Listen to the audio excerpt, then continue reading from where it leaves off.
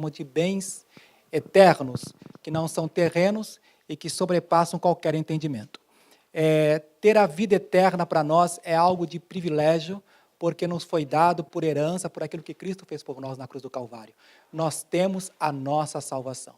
Contudo, eu diria a você que mais importante ainda do que ter a salvação é termos um sumo sacerdote à altura. Ele nos fala que nós temos um sumo sacerdote, e a Bíblia fala para nós que ele é um grande sumo sacerdote. Portanto, nós temos um grande sumo sacerdote, amém? Agora, entendamos o que é um sacerdote, para depois termos o que é um grande sumo sacerdote. O sacerdote era aquela pessoa no Antigo Testamento, na Antiga Aliança, que fazia a intercessão pelo povo, em favor do povo para Deus. Portanto, o sumo sacerdote era aquela pessoa que tinha a incumbência de aliviar o pecado do povo, indo até Deus para pedir o perdão dos pecados. Portanto, sem o sumo sacerdote, a nação estava alheia ao pacto de Deus. O sumo sacerdote era o intermediador desta antiga aliança que fazia com que o povo pudesse ser perdoado e ser aceito diante de Deus. O sacerdote fazia com que o povo, portanto, fosse aceito aos olhos do Senhor. Agora, o sumo sacerdote era a pessoa mais responsável entre todos os sacerdotes, era aquele que vinha primeiro, e era aquele que uma vez por ano entrava no Santíssimo Lugar para fazer expiação pelos pecados. Eu entendo, irmãos queridos, que Jesus ele é o nosso grande sumo sacerdote por algumas razões. Eu quero apresentar 3 razões pelas quais Jesus Cristo, o Senhor, é o nosso grande sumo sacerdote. Em primeiro lugar, por causa do seu ofício. Abra comigo no capítulo 3, versículo 1, Hebreus 3:1. Ela vai falar para nós que nós somos salvos, vai dizer para nós que nós temos a salvação por intermédio de Jesus. Pois que, irmãos santos, participantes da vocação celestial, considerai a Jesus Cristo, apóstolo e sumo sacerdote da nossa confissão. Portanto, irmãos, Jesus Cristo, nesse versículo nos fala que o seu ofício é ser primeiro nosso apóstolo, aquele que foi enviado por Deus como mensageiro da nossa salvação. Ele é o apóstolo e ele é também o sumo sacerdote da nossa confissão. Há algo que nós professamos, e a Bíblia nos fala no versículo 1 do capítulo 4, versículo 14, que nós temos um grande sumo sacerdote, Jesus, Filho de Deus, que penetrou nos céus, portanto, retenhamos firmes a nossa confissão. Eu sei que, quando nós falamos em confissão, há um aspecto negativo, mas também há um positivo. Quando a gente fala em confissão, a gente logo pensa, poxa, vou ter que confessar, vou ter que revelar a verdade. Mas confissão aqui tem um outro sentido. Confessar aqui significa professar ou declarar uma verdade única e verdadeira que nós temos da parte de Jesus Cristo, a nossa salvação. Amém? Vamos confessar isso agora nesta manhã? Nós somos salvos porque nós temos a Cristo Jesus como nosso Senhor e o nosso grande Salvador. Ele é o sumo sacerdote da nossa salvação, por ele nós somos salvos. Nós temos salvação por intermédio de Cristo Jesus, e nós temos que confessar isso ao mundo, amém? Em segundo lugar, ele é grande por causa do seu caráter. Hebreus capítulo 7, versículos 26 e 27. Nos fala que era conveniente para nós termos um tal grande sumo sacerdote, porque convinha tal sumo sacerdote. Olha só o caráter dele. Hoje é a Santa Ceia, e nós podemos dizer que ele é o único que podemos declarar que ele é santo, inocente, imaculado, separado dos pecadores e feito mais sublime do que os céus. Portanto, nós temos alguém que é santo, inocente, imaculado e separado dos pecadores. Esse é o Senhor Jesus Cristo. Agora, este sumo sacerdote que nós temos, ele não é segundo a linhagem dos sacerdotes aarônicos, ele não pertencia à tribo de Arão. Jesus Cristo, Senhor, todos sabem, era o leão da tribo de Judá. Ele vinha de uma linhagem real, não sacerdotal. No entanto, Jesus se tornou o nosso sumo sacerdote, ele é santo, ele é imaculado, e mais do que isso, ele é separado dos pecadores e feito mais sublime do que os céus. É esse o Senhor que nós adoramos. Nós estamos aqui numa santa ceia do Senhor, e se reveste de um aspecto muito especial, porque este culto, tudo que nós cantamos seja exaltado, nos revela a sublimidade de Cristo Jesus, a exclusividade de Jesus. Nós não estamos aqui para falar de Deus. O púlpito não serve apenas para falar de Deus. Se eu falar de Deus, não vai incomodar a muita gente, porque apenas talvez um ateu, mas quando nós falamos em Deus, falamos de termos genéricos. Deus é Deus. Agora, quando nós falamos que Deus se revelou na pessoa do Senhor Jesus Cristo, aí a coisa muda. O nome de Jesus incomoda muita gente. Eu posso falar de Deus, mas quando eu falo de Jesus, esse nome atormenta até o inferno. Esse nome, o nome de Jesus Cristo Senhor, o nome sublime, é o único nome pelo qual importa que nós sejamos salvos. O nome de Deus não pode salvar. O nome de Jesus Cristo é o único nome que salva. Esse é o nome que salva, o nome do Senhor Jesus Cristo. Porque quando nós falamos em Deus, podemos falar de qualquer tipo de Deus, com D maiúsculo ou D minúsculo. Mas quando nós falamos em Jesus Cristo, estamos falando daquele nome que Deus escolheu, aquele que Deus enviou para que pudesse salvar a humanidade. Amém? O seu ofício é o ofício de sumo sacerdote, seu caráter é santo, é imaculado e é sublime, é separado dos pecadores. Note que nós temos aqui diante de nós estes copos e cada um deles tem a cor do sangue. O sangue do Senhor Jesus Cristo. Quando o Senhor Jesus se entregou por nós, ele veio com este propósito de salvar o mais vil pecador. E ele é o nosso sumo sacerdote. Amém? Hebreus 6:20 nos fala sobre a sua ordenação. Hebreus 6:20 nos fala que Jesus entrou nos céus como nosso precursor. Ou seja, ele foi antes de nós, entrou nos céus, feito eternamente sumo sacerdote, segundo a ordem de Melquisedeque. Ou seja, o nosso Salvador, Jesus Cristo Senhor, ele não era sacerdote da ordem de Arão, ele era da ordem de Melquisedeque. O que isso quer dizer? Antes que houvesse a fuga do povo de Israel, ou mesmo do Êxodo, ou mesmo que não houvesse o povo de Israel ainda, apenas Abraão, Melquisedeque já existia como um sacerdote segundo uma ordem eterna. Ele foi sumo sacerdote e Abraão pagou o dízimo a Melquisedeque através de um ato muito simples. E eles participaram de uma comunhão com um sumo sacerdote da ordem de Melquisedeque. E Jesus é segundo esta nova ordem de sacerdotes. Agora pensemos um pouquinho. Quando nós falamos em Jesus Cristo como nosso sumo sacerdote, eu estou falando que Jesus Cristo Senhor é aquele que intercede por nós, é aquele que intercede por nossos pecados e que nos perdoa e que nos santifica. Amém? Não há nada mais importante para nós, ao começarmos este ano, do que entender que nós temos um sumo sacerdote à altura, capaz de se compadecer de nossas fraquezas. É o único que pode se compadecer de você.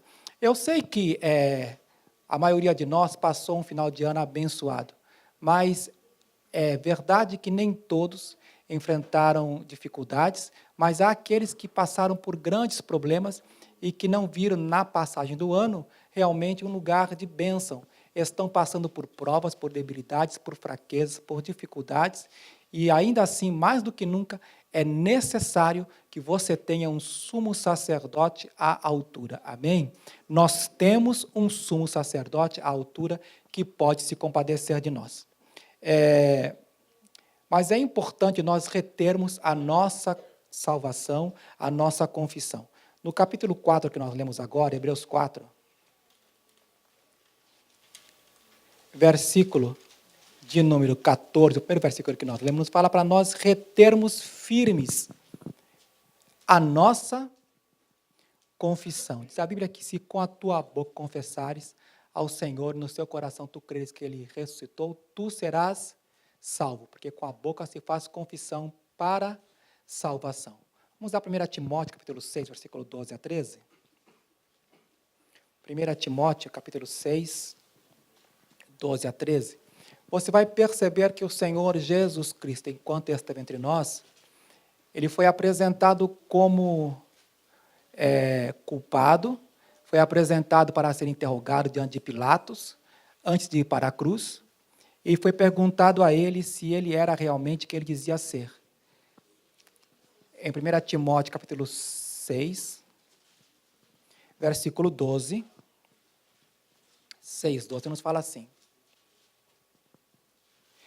milita a boa milícia da fé, toma posse da vida eterna, para a qual também fosse chamado, tendo já feito o quê? A boa confissão diante de muitas testemunhas. Mando-te diante de Deus, que todas as coisas vivificam, e de Cristo Jesus, que diante de Pôncio Pilatos, deu testemunho da boa confissão.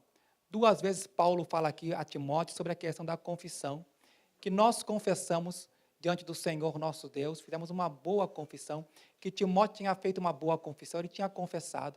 Eu vejo que nós também já fizemos essa confissão no batismo. A cada ano, nós batizamos pessoas. Eu já perdi a conta nesses mais de 20 anos de Japão, quantas pessoas eu já batizei. E a cada batismo, pelo menos uns 30 ou 40 são batizados anualmente em Toyota. Essa é a nossa média de pessoas que são batizadas no ano, de 30 a 40. Às vezes até 50 pessoas são batizadas. Eu já não sei mais quantos eu batizei. Mas, a cada momento que um desce as águas, eu pergunto, você promete servir, amar o Senhor Jesus todos os dias de sua vida? A pessoa fala assim para mim, eu prometo. Promete? Então, diante de tuas palavras, eu te batizo em nome do Pai, do Filho e do Espírito Santo. A pessoa é batizada sob uma promessa, sob um juramento, de que ela vai amar e servir ao Senhor Jesus todos os dias de sua vida. Ela confessa publicamente diante de homens, diante de anjos e de demônios, que ele agora crê que o Senhor Jesus morreu por seus pecados. Agora, essa confissão, irmãos, ela não é apenas por meio dos lábios, porque com os lábios se faz confissão para a salvação. A pessoa confessa com os lábios que ela creu em Jesus e que ela confiou integralmente nele. Agora, o tempo vai passando. A verdade é que todos aqueles que são batizados, nem todos perseveram, nem todos guardam a boa confissão.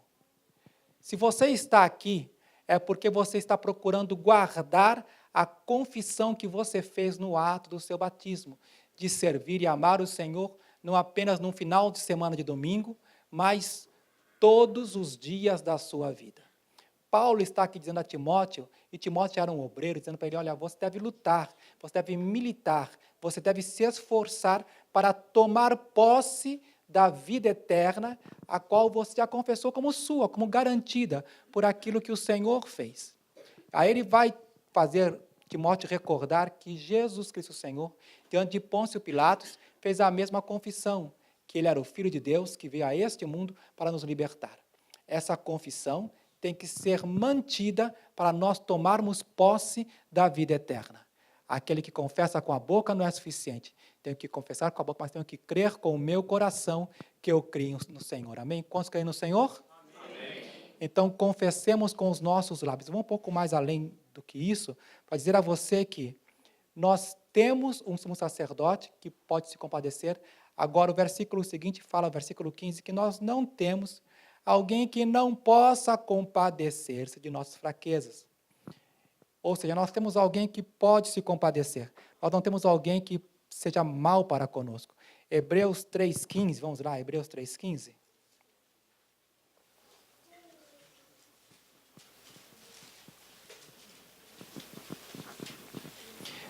Nos fala que hoje, se ouvirdes a voz do Senhor, não endureçais os vossos corações.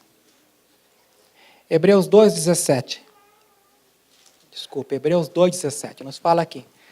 Convinha que em tudo este sumo sacerdote, Jesus, fosse semelhante aos irmãos, para ser o quê?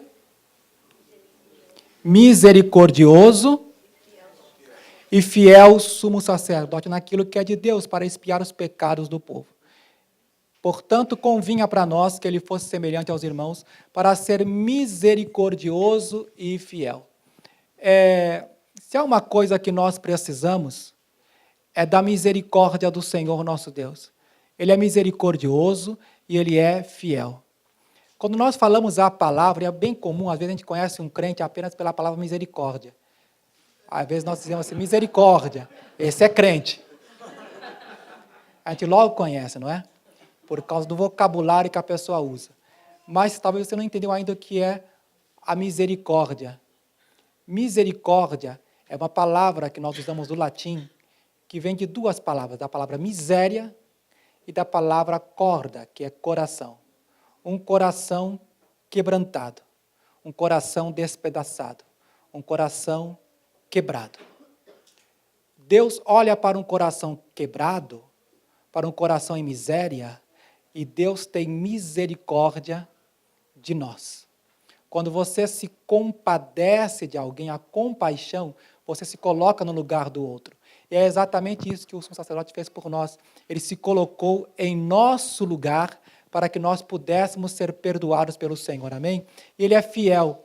O nosso sumo sacerdote, ele é fiel.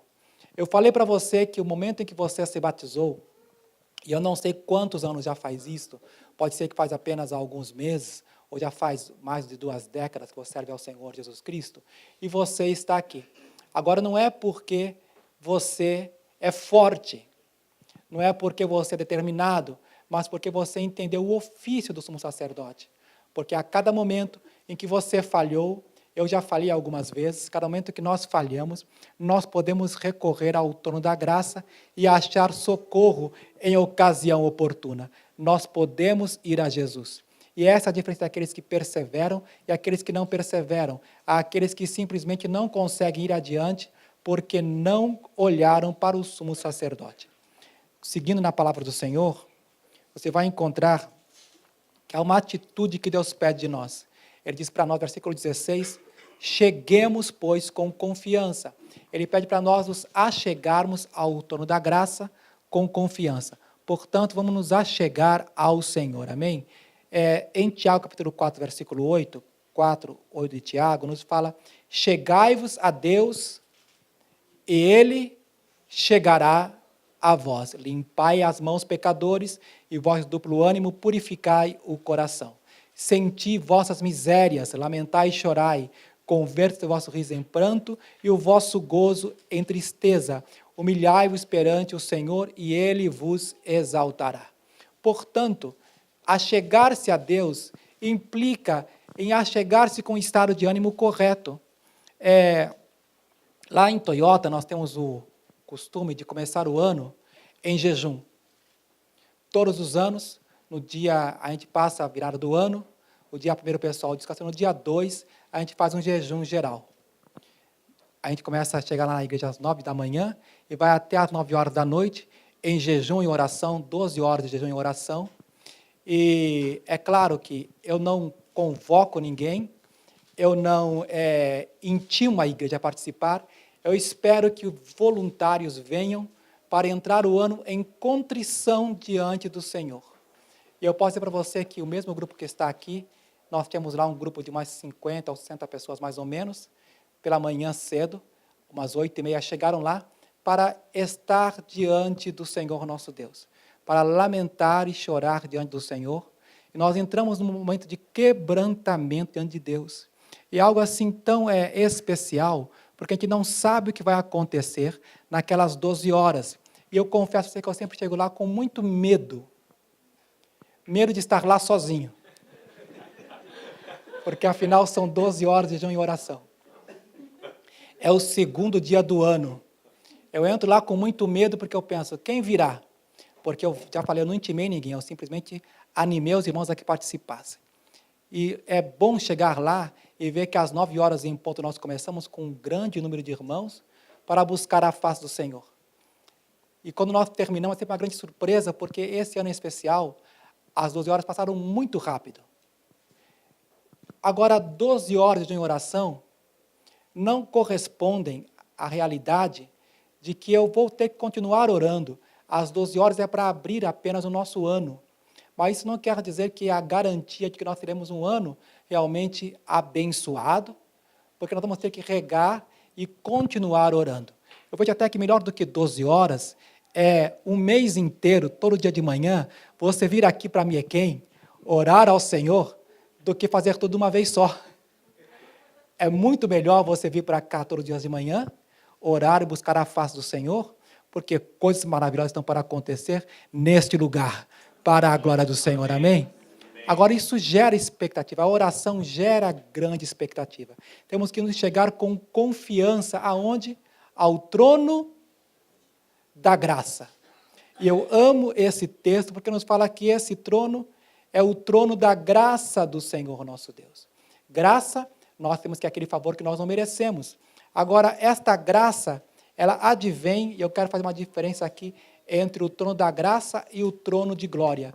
O Senhor está assentado sobre um trono de glória. Esse trono é tão glorioso que diz Isaías que ele viu o Senhor assentado sobre um alto e sublime trono. Esse trono no qual o Senhor está assentado é o trono do seu governo. Ele governa todas as coisas. Ele gere tudo através do seu poder. Não há nada que possa superar a soberania de Deus. Ele é poderoso, ele age como ele quer, ele faz como ele quer. Agora, aprove ao Senhor abrir um caminho que nos favorece como igreja para nós entrarmos na sua presença. Ele diz para nós chegarmos a Ele com confiança ao trono da graça. Esse trono de glória também é o trono de graça. Essa palavra do Senhor, acho que é no Salmo de número 80, versículo 14, diz que justiça e direito são a base do trono de Deus, mas que bondade e misericórdia precedem a sua face. Em outras palavras, quando Deus, no seu trono, governa, ele governa com base no direito e na justiça. Deus é um Deus justo. Agora, eu entendo que é um caminho que o Senhor nos abriu, o sumo sacerdote abriu para nós, que nós podemos entrar na presença do Senhor e modificar situações. Preste bem atenção. Se você se achegar ao trono da graça, em contrição diante do Senhor, você pode mudar circunstâncias na sua vida e na vida de outros. Amém? Através do trono da graça. Esse trono é o trono da graça do Senhor nosso Deus. Ele é o nosso sumo sacerdote. Aleluia. Agora nós temos que entender, se ele é o sumo sacerdote, existem outros sacerdotes. E é nesse nível que eu quero começar com a igreja de Miequém, dizendo para você que ele nos constituiu como povo seu, como seus sacerdotes. Há uma nova ordem de sacerdotes sendo levantadas nesses últimos tempos pelo Senhor. Ele tem levantado sacerdotes segundo a sua estirpe. 1 de Pedro 2, versículo 9, vamos lá. Nos fala que nós somos o quê? A geração eleita, o sacerdócio real, a nação santa, o povo adquirido, para que anuncie as virtudes daquele que vos chamou das trevas para a sua maravilhosa luz. Glórias a Deus. Portanto, eu quero que você entenda que esse texto de 1 de Pedro, capítulo de número 2, versículo 9, nos fala que nós somos a geração eleita. Ele nos escolheu, nos elegeu, e mais do que nos elegeu, ele nos deu a garantia de que nós somos agora o sacerdócio real. Temos aqui uma união de dois ofícios. Somos sacerdotes e somos reis, juntamente com ele, para reinar sobre as circunstâncias. 1 de Pedro, capítulo 2, versículo de número 9, nos fala sobre isso, mas o versículo 5 em especial, se você anteceder um pouquinho, você vai perceber o seguinte, versículo de número 5, nos fala que nós somos pedras vivas, edificados casa espiritual e sacerdócio santo, para oferecer, diz o quê? Sacrifícios espirituais agradáveis a Deus por Jesus Cristo. Eu quero me manter em Hebreus para lembrar para você que quando nós falamos em Hebreus, estamos falando aqui de um livro que nos fala de um povo que foi separado por Deus para ser um povo santo, para ser um sacerdócio real, mas eles perderam o seu lugar, e esse lugar foi dado à igreja do Senhor Jesus Cristo, para ser agora o sacerdócio real. O judeu continua sendo um povo santo, mas nós somos a linhagem que Deus escolheu hoje para nós modificarmos situações pelo poder da oração. Abra comigo em Hebreus, capítulo número 10. Vamos voltar um pouquinho a Hebreus. Eu gosto desse sonzinho de ver Bíblia folheando. Faz tempo que eu não vejo esse sonzinho. Isso quer dizer o seguinte, que esta igreja é uma igreja que ainda conserva a Bíblia como palavra de Deus. Isso é muito importante, amém?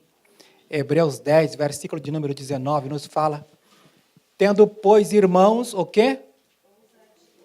Ousadia para entrar no santuário, pelo sangue de Jesus, pelo novo vivo caminho que Ele nos consagrou, pelo véu, isto é, pela sua carne, e tendo um grande sacerdote sobre a casa de Deus, cheguemos-nos com verdadeiro coração, e inteira certeza de fé, tendo os corações purificados da má consciência e o corpo lavado com água limpa, retenhamos firmes a confissão da nossa esperança, porque fiel é o que prometeu. Esta é a conclusão de quem escreve essa carta aos Hebreus, não sei quem a escreveu, não sei se foi mesmo Paulo, ou se foi Apolo, ou quem foi, o autor é desconhecido, mas fala a palavra do Senhor que nós temos que entrar com ousadia no santuário. Quando você entrou pela primeira vez aqui nesta igreja, eu não sei se você se lembra da sensação que você teve. Fazia muito tempo que eu não entrava aqui. E entrar num ambiente diferente nos causa estranheza. Primeira coisa que eu estranhei foi entrar nesse lugar e não precisar tirar o sapato. Lá em Toyota, eu estou obrigado a tirar o sapato, não por uma questão cultural, porque nós somos brasileiros que estamos lá, mas por uma questão prática, porque são vários cultos. Nós temos quantas reuniões? São 5 reuniões. Antes de eu vir para cá, eu já participei de uma reunião às 7 horas da manhã lá. Todo domingo a igreja se reúne das 7 até as 9 horas da manhã para o primeiro culto, que para nós é o primeiro culto, que é chamado culto da oração. Todo domingo das 7 às 9 horas da manhã, nós estamos lá orando, abrindo os céus para os cultos que vão começar. Às 10 horas começa o culto em espanhol na nossa igreja. E lá do outro lado, no centro da cidade, começa o culto japonês. Então, nós temos o culto em espanhol e o culto japonês. O culto português vai começar no horário, para você que reclama de acordar aqui às 10 horas. Né? O nosso primeiro culto português começa ao meio-dia, a 1 hora da tarde, melhor dizendo. Acaba o culto espanhol ao meio-dia e nós temos que expulsar os irmãos de lá, los hermanos, porque vai entrar o primeiro culto português, 1 hora da tarde. Estava falando com o pastor que, para nós, meu maior medo era começar um culto 1 hora da tarde. Nós temos já 2 cultos na igreja, um às 7 e o outro culto japonês. Nós tínhamos que tirar o culto japonês da igreja para abrir espaço para o culto português, para mais um culto português. O único horário que tínhamos era 1 hora da tarde. Falei, quem é que vai deixar o almoço para vir para o culto? E era um dos cultos que mais enchia, 1 hora da tarde, da 1 até as 3 horas da tarde. E esse culto ainda está lá, da 1 às 3. A cabo das 3, temos que expulsar os irmãos do culto da hora do almoço, para entrar o culto das 4 horas da tarde. Sai o culto das 4 horas da tarde, entra o culto das 7 horas da noite. Por isso a gente tira o sapato, entendeu? Porque se chove lá fora. É só por isso, só dei essa história longa para você entender, não é para mostrar o que nós temos lá, porque mais importante é o que você tem aqui. Você tem um lugar onde você pode adorar o Senhor. Aproveite este lugar santo. Aproveite a oportunidade que você tem de servir ao Senhor neste lugar. Agora, quando nós entramos a um lugar diferente, nós estranhamos. E quando nós entramos diante do Senhor, nós também estranhamos, porque nós estamos entrando num santuário, num santíssimo lugar, o lugar da presença de Deus. É algo tão significativo, porque o lugar santo é o lugar onde o sumo sacerdote estava apenas uma vez por ano, e somente uma vez por ano que ele ia entrar para purificar os pecados da nação. Era um lugar tão santo que esse lugar, diz a palavra do Senhor, que o sacerdote, muitas vezes, tinha que ir amarrado com uma corda, porque não sabiam se ele ia entrar ali, se ele ia sair vivo ou ia sair morto. Então, para ninguém entrar lá, tinha que puxá-lo com uma corda, caso ele fosse morrer, por ver a santidade de Deus e estar em pecado, tinha que ser arrastado de lá com uma corda. Agora, você como um sumo sacerdote, você tendo o sumo sacerdote, você pode entender o seguinte, que o Senhor já purificou o santuário, permitindo que você agora tenha ousadia para entrar lá no santo lugar por causa do sangue de Jesus. Amém? Agora, entrar nesse lugar para quê? Para mudar situações. Nós podemos mudar situações. Eu creio que este lugar vai ficar pequeno para aquilo que Deus quer fazer. E isso implica em mudanças, assim como houve desconforto para ter mais do que um culto aqui. Tirar 3 cultos, pastor quer 500, eu não sei como é que caberão 500 nesse lugar. Vocês vão ter que criar situações novas e diferentes. Mas tudo é formado através do poder da oração. Amém? Tudo é pelo poder da oração. Antes nós sermos o que somos mais de 500, eu me lembro que lá em Toyota, nós começamos uma campanha de 1 ano de oração pela manhã. E é claro, antes do pessoal ir trabalhar, o pessoal ia lá para a igreja para orar. Agora, nós não íamos em grande quantidade, íamos às vezes 3 ou 4 apenas. 3 ou 4 sacerdotes, que íamos ali para orar, para fazer o crescimento da igreja. Hoje, há uma realidade ali, que Deus tem feito grandes coisas, mas eu creio que tudo é porque nós entendemos o nosso papel como sacerdócio real. Você é sacerdote, amém? Você foi chamado para modificar situações. Diga para o seu irmão, você é um sacerdote da parte de Deus.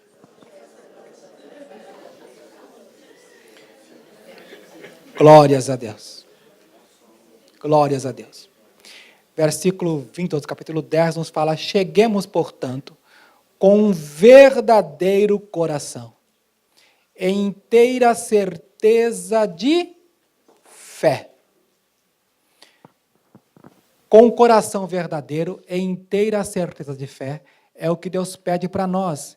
Temos uma identidade, somos sacerdócio real, nós temos uma oferta para oferecer a Deus, oferecemos, pois, a Deus sacrifícios agradáveis a Ele, e nós temos o nosso louvor. Para finalizar, Hebreus capítulo 13, versículo 15. Hebreus 13, 15.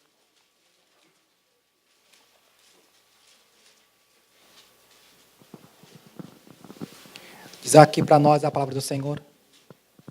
Portanto, ofereçamos sempre, através dele, de Jesus, o sumo sacerdote, portanto, ofereçamos sempre por ele a Deus, sacrifício do quê? De louvor. Sacrifício de louvor. Quantos aqui fazem parte do ministério de louvor? Deixa eu ver, quantos são parte do ministério de louvor? Vou perguntar de novo, quantos fazem parte do ministério de louvor? Não entenderam, vou perguntar de novo. Só porque você não canta e nem toca, você não faz parte do ministério de louvor? Todos nós fazemos parte do ministério de louvor. Eu sei que aqueles que estão aqui, às vezes nós chamamos de levitas, erroneamente. Nós podemos chamá-los de levitas porque eles estão aqui louvando ao Senhor, nos ajudam a louvar. Mas sem vocês, não há louvor. Quando os músicos, os cantores se unem para louvar ao Senhor, os céus se abrem pelo louvor da igreja. Amém? Mas, pastor, eu não sei cantar, eu desafino, eu atrapalho. Aí eu vou dizer para você o seguinte, olha, o louvor que o Senhor fala aqui, ofereçamos a Deus, sacrifício de louvor, que é o fruto de lábios que confessam o seu nome. Portanto, o louvor que Deus espera de você é o de lábios que confessam o seu nome. Lembra que Paulo falou 2 vezes para nós? Falou a Timóteo para ele guardar a confissão. Agora em Hebreus nos fala para nós retermos firmes a nossa confissão. Esse ano é ano de expansão. Esse ano é ano de nós trabalharmos para o Senhor, mas eu creio que tudo vai acontecer através do manto sublime da oração e do louvor, que é fruto de lábios que confessam o nome do Senhor Jesus Cristo. São lábios que confessam o nome do Senhor, que fará grandes transformações, que fará grandes mudanças para a glória do Senhor. Amém? Quando nós confessamos com os nossos lábios, coisas começam a acontecer, situações começam a mudar pelo poder da oração da igreja. Nós, como sacerdócio do Senhor, podemos mudar situações. Eu termino com um testemunho, lembrando a você que não são todos que começam o ano bem.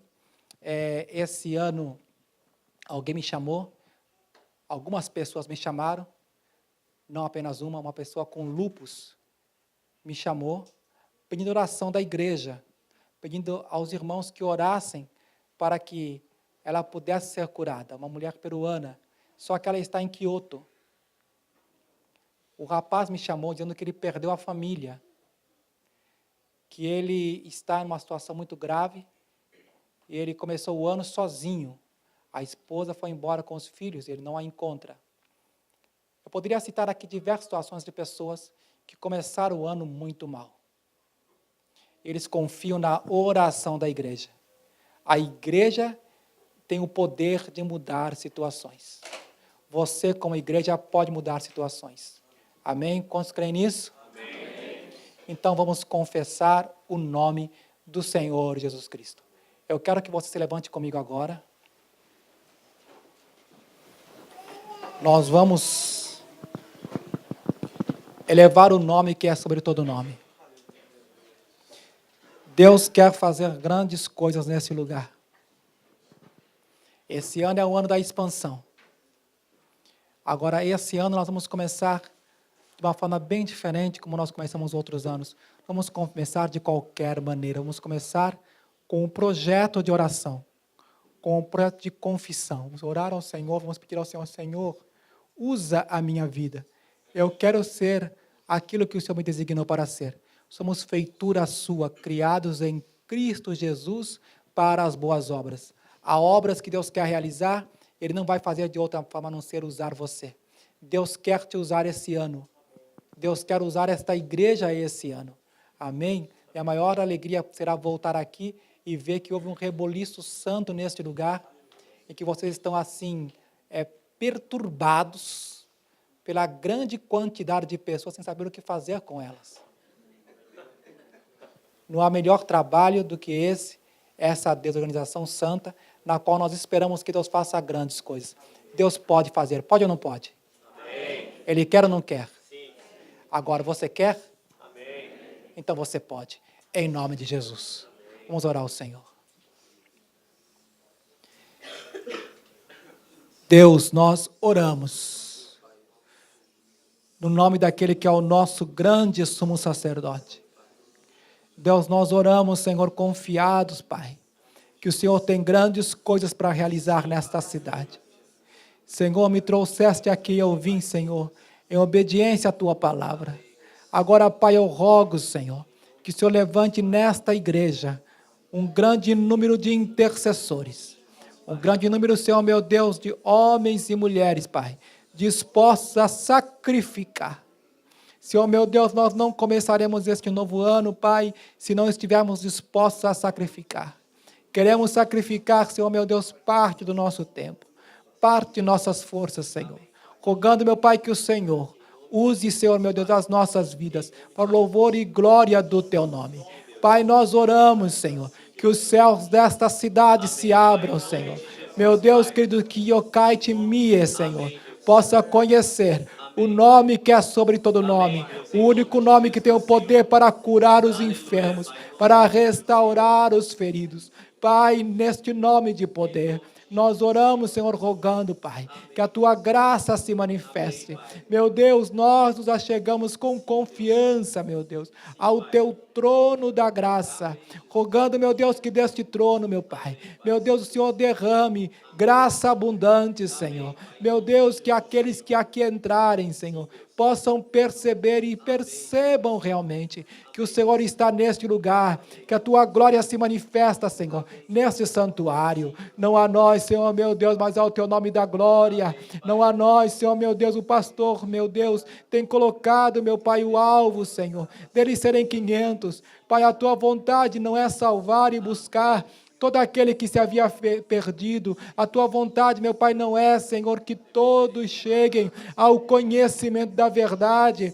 Pai, que a nossa comunidade saiba, Senhor, que há um lugar, Senhor, há um lugar melhor, meu Deus, que aqui, Senhor, meu Deus, nesta casa, há um lugar de descanso, que aqui neste lugar, Senhor, há um lugar de salvação. Pai, Põe em nossos lábios, Senhor, o fogo, Senhor, a paixão, Senhor, meu Deus, para falarmos do único nome que pode salvar. Nós rogamos, Senhor, meu Deus, toma, Senhor, meu Deus, cada um daqueles que aqui está, Pai. Toma-os, Senhor, meu Deus, leva-os, Senhor, meu Deus, a serem usados por Ti. Senhor, ajuda-nos a recordar, Pai, que nós somos, Senhor, meu Deus, sacerdotes, meu Deus, e nós temos um grande sumo sacerdote que está sobre nós, meu Deus, e nós intercedemos, Senhor, em favor desta cidade, em favor desta nação. Como igreja nós oramos, Pai. Nós rogamos que a Tua bênção, Senhor, venha sobre nós. Usa as nossas vidas, Pai. Toma cada irmão, cada irmã, meu Pai, que é chamado pelo Teu nome e usa-os para o louvor da Tua glória. É a oração que nós fazemos, Pai, no nome que é sobre todo nome, o nome de Jesus. Amém e amém. Nós vamos passar agora ao momento mais sublime deste culto, que é a Santa Ceia do Senhor. E nós temos que recordar que o que você está recordando aqui, relembrando em memória dele, é que ele entregou-se por nós. E agora é a nossa vez de sacrificar nossa vida por nossos irmãos. Amém? Pastor Fábio, com a oportunidade, por favor, pastor. Que Deus os abençoe em nome de Jesus.